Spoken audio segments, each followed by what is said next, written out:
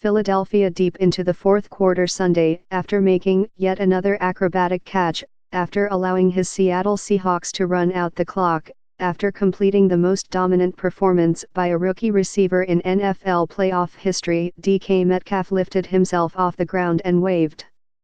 He waved at the Philadelphia Eagles fans, who had watched him torment their beloved team's defense.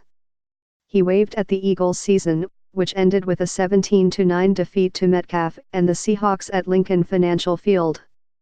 Maybe, just maybe, he also might have been waving at Philadelphia's front office, reminding Eagles executives of what could emerge as a grave mistake.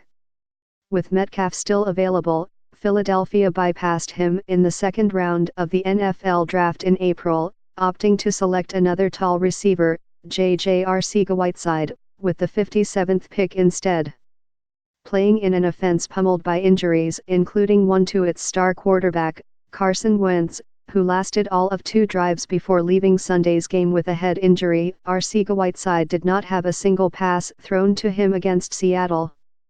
Metcalf, taken 7 picks later, at number 64 overall, caught 7 passes for 160 yards, 53 of which came on a third-quarter touchdown in which he showcased the breadth of his skills, the speed to scoot past the secondary, the size, at 6 feet 4 inches and 229 pounds, with less body fat than a glass of water, to gain position, the awareness to bounce up after tumbling forward, untouched, inside the Philadelphia 10-yard line, and the strength to haul Avant Maddox the final 5 yards into the end zone.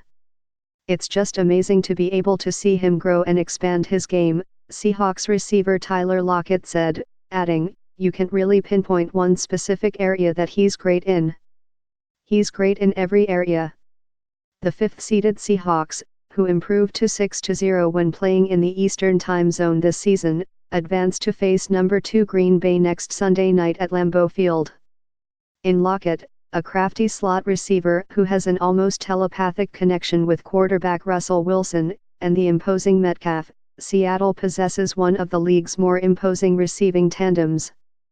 Wilson loves throwing to both of them, and on Sunday he completed 18 of 30 passes for 325 yards and that touchdown to Metcalf, which swelled Seattle's lead to 17-6. The prevailing reason the Eagles were even playing on Sunday, why they won their last 4 games, why they clinched the NFC East title, why they hosted a playoff game, clashed with what has become their standard operating procedure come January: their quarterback was healthy.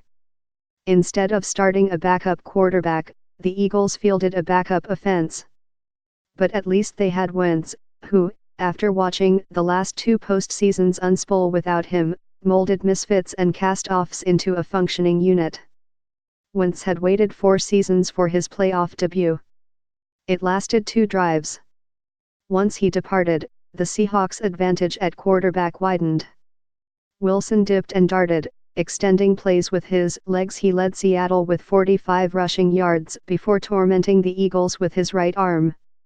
The Seahawks outlasted the 4th-seeded Eagles by the same score, with the same result, as in the team's November meeting at Lincoln Financial Field, by twice stopping Philadelphia deep in their territory in the 4th quarter.